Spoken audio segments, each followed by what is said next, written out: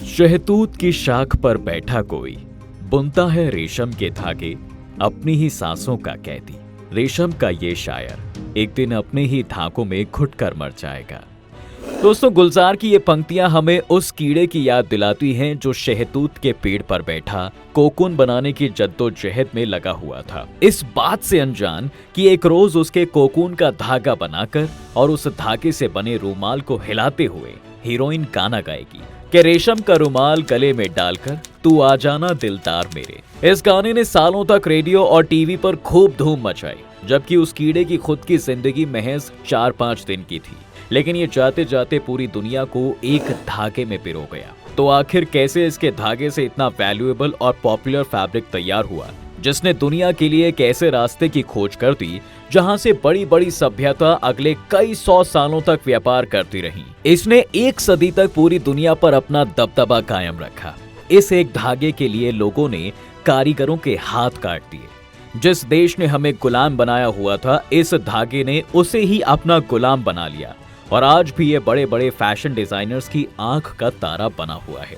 आखिर क्या है इस कीड़े और इसके धागे की कहानी, जिसके जादू से अंग्रेज भी नहीं बच पाए, और कैसे इसने पूरी दुनिया को जोड़ दिया? इसे जानने के लिए हमें कई सदियों पीछे चलना होगा। तो दरअसल बात 2700 BC की है। उस वक्त चीन की एक रानी हुआ करती थी जिसका नाम था लीजू। वो एक रोज शहतूत के पेड़ के नीचे बैठी चाय पी रही थी। तभी एक चीज उसके ऊपर से आकर उनके प्याले में गिरती है, और जब रानी ने उसे बाहर निकालने की कोशिश की तो एक पतला सा धागा उनकी उंगली में लिपटता चला गया। एक्चुअली वो धागा सिल्क वॉर्म के कोकून से निकल रहा था, जिसके रेशे चाय में गिरने की वजह से नर्म हो गए थे। जब लीजू ने अपने चाय के कप से कोकून उठाया तो धागे का सिरा ढीला हो गया और कोकून खुलने लगा। लीजू ने देखा कि कोकून रेशम की एक लंबे धागे से बना है। ये देखने में बेहद चमकदार था। इसे देखकर उसके मन में एक जबरदस्त आइडिया आता है, और वो आइडिया था इस महीन धागे से कपड़े बनाने का। जी हाँ, इसके बाद महारानी लीजू ने अपने पति येलो सम्राट हुआंगडी से ये बात की और शहतूत के पेड़ों का एक बाग गिफ्ट में देने के लिए राजी किया, जहां वो उन कीड़ों को पाल सकती थी जिनसे ये कोकून बनते थे। फिर सम्राट ने इस खोज पर काम करना शुरू किया और यहाँ से शुरुआत हुई रेशम की।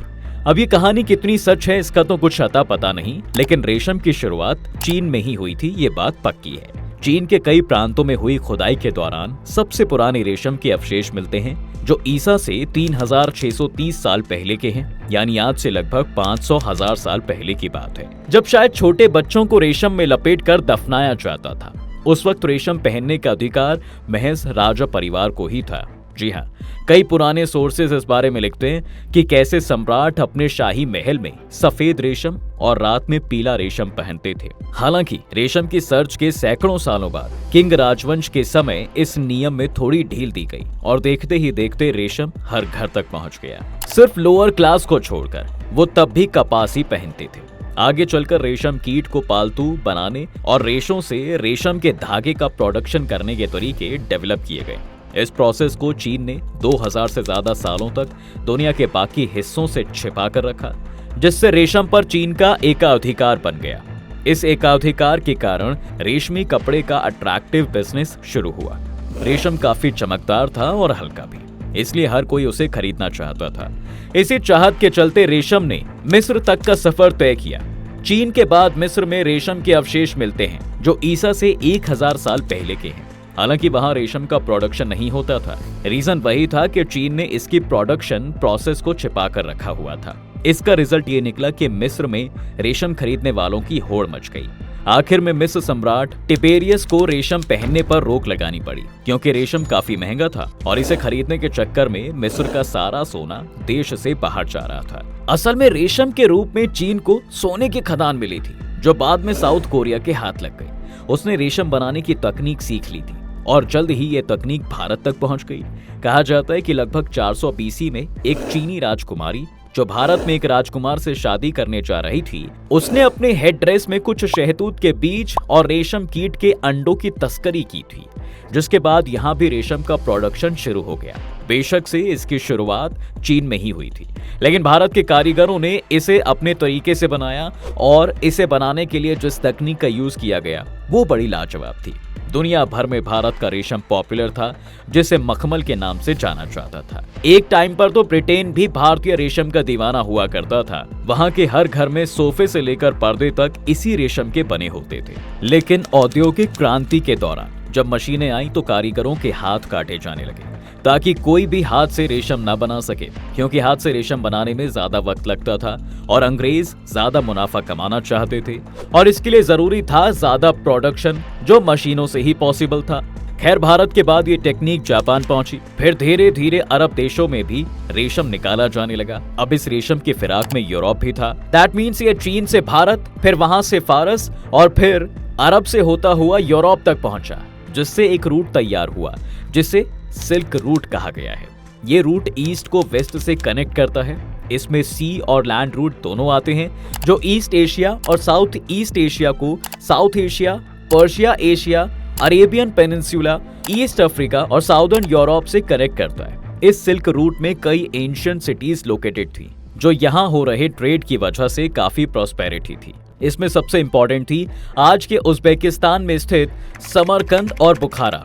हालांकि एशिया और यूरोप में व्यापार पहले भी होता था, लेकिन सिल्क रूट की शुरुआत ईसा से 200 साल पहले हुई। तब चीन में हान राजवंश का शासन था। यहाँ के सम्राट ने अपने राज्य का विस्तार किया और मध्य एशिया तक पहुंच बनाने में सक्सेसफुल रहा, जिसके बाद चीन और मध्य एशिया के बीच पॉपुलर ट्रेड शुरू होता है। पहले रेशम का कारवां सिर्फ चीन साम्राज्य के उत्तरी छोर से पश्चिम की ओर जाता था, लेकिन फिर मध्य एशिया के कबीलों से कांटेक्ट हुआ और धीरे धीरे ये रूट चीन, मध्य एशिया, उत्तर भारत, आज के ईरान, इराक और सीरिया से होता हुआ रोम तक पहुंच गया। चीन के जियान प्रांत में सिल्क का पहला पड़ाव हुआ करता था दोस्तों। फिर यहाँ से आगे बढ़ते हुए व्यापारी समरकंद तक पहुंचते। समरकंद तो सेंट्रल एशिया की one of the largest cities में से एक था। इसे 1365 एडी में तैमूर ने अपना कैपिटल भी बनाया था। अब इसकी इंपॉर्टेंस के चलते ही 1494 एडी और 1512 एडी के बीच बाबर ने इसे कैप्चर करने की भी कोशिश की, लेकिन वो इसे ब्रीफली ही कंट्रोल कर पाए।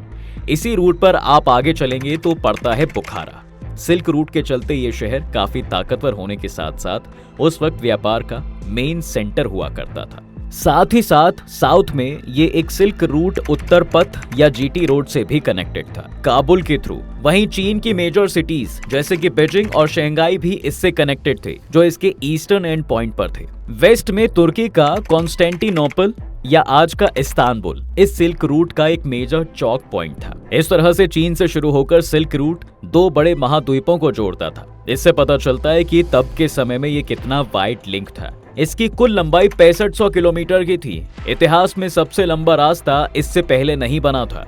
हालांकि इस रूट पर महज रेशम का व्यापार नहीं होता था, बल्कि इससे जुड़े सभी लोग अपने अपने प्रोडक्ट्स का व्यापार करते थे। आगे चलकर सिल्क रूट तकनीक के आदान प्रदान में भी काम आया और इसने यूरोप और एशिया के इतिहास में एक इम्पॉर्टेंट रोल प्ले किया। फॉर एग्जाम्पल गन पाउडर, जो सिल्क रूट से ही यूरोप पहुंचता था, जिसके दम पर यूरोप एक बड़ी ताकत बनकर उभरा।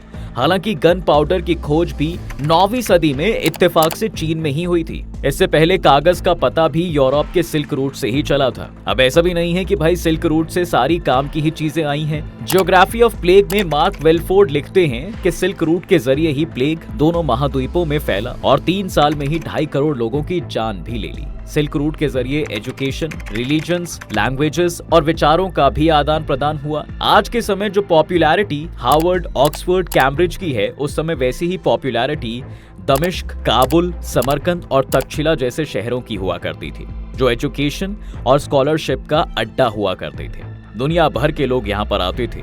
अब यहाँ पर एक सवाल ये भी है कि भाई जब सिल्क रूट इतना इंपॉर्टेंट था तो खत्म कैसे हुआ?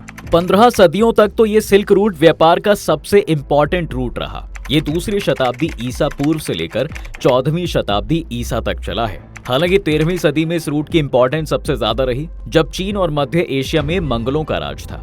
उनके पतन के बाद सिल्क रूट की इंपॉर्टेंस भी खत्म हो गई। इसके कई रीजन हैं। एक्चुअली 13वीं सदी में ये रूट मुगलों के कब्जे में था। जब मंगोल कमजोर हुए तो ये रास्ता छोटे छोटे इलाकों में टूटता चला गया। इस वजह से राज्यों में ट्रेड पर अधिकार को लेकर आपस में कई लड़ाई झगड़े होने लगे। रास्ते में ही लूटपाट शुरू हो गई। ऐसे में इस रास्ते से होने वाला व्यापार धीरे धीरे कम होता चला गया। सिल्क रूट की डिमांड कम होने का एक और रीजन था, वो था कपास। एक्चुअली उसी समय यूरोप में कपास का इस्तेमाल होने लगा।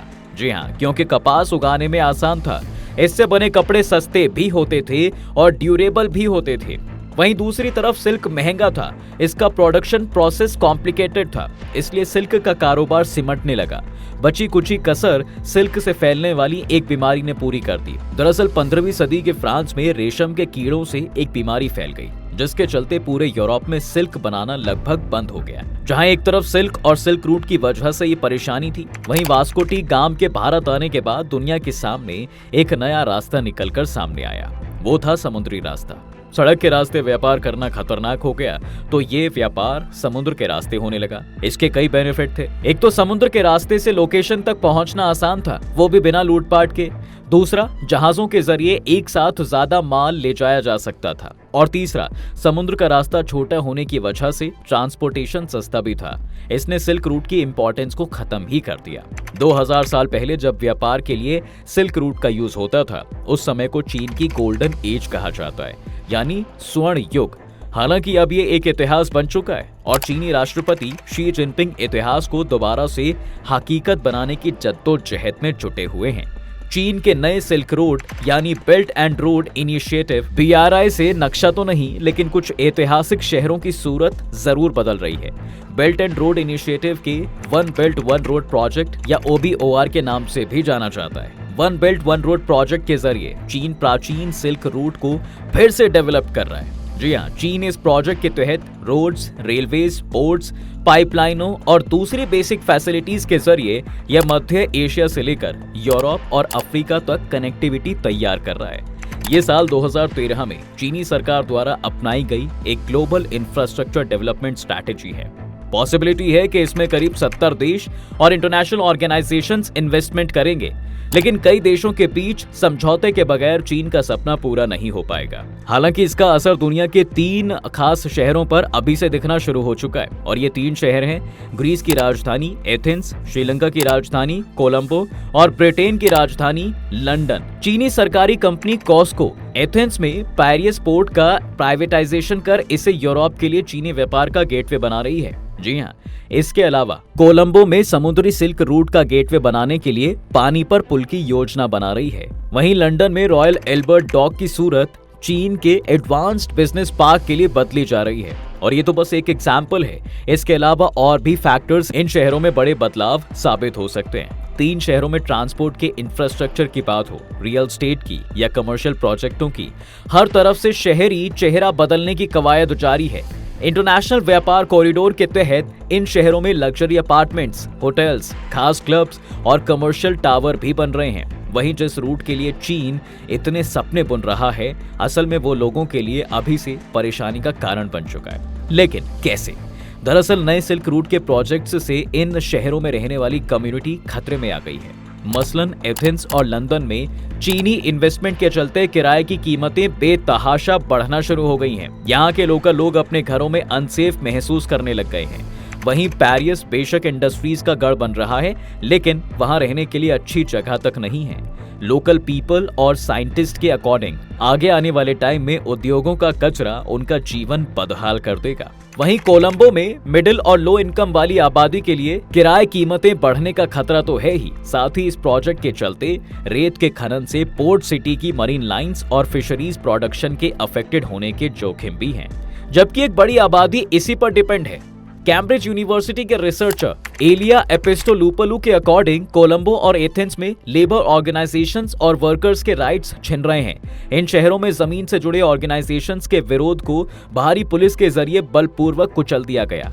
इन संगठनों की यहाँ पर कोई सुनवाई नहीं हुई। अब यहाँ फॉरेन इन्वेस्टमेंट शहरों को आकार देने में लगा है। कुछ हिस्सों पर तो चीन का सीधा कब्जा है, तो कुछ मामलों में फॉरेन इन्वेस्टमेंट को इनकरेज किया जा रहा है। वेल्थ, फ्री ट्रेड और लग्जरी के लिए ये शहर हॉटस्पॉट बन रहे हैं, जहां कमजोर वर्ग के लिए जगह तक नहीं बची। दैट मीन सिर्फ चीन ही नहीं, इन देशों की सरकार भी शहरों की बदली सूरत के लिए बराबर की जिम्मेदार है भाई। कोलंबो इस बात पर इतरा रहा है कि वो नया दुबई बनने जा रहा है, तो पेरिस का गरीब इलाका डैपिडसोना और लंदन के डॉकलैंड्स को भी अमीर शहर बनने पर गुमान है।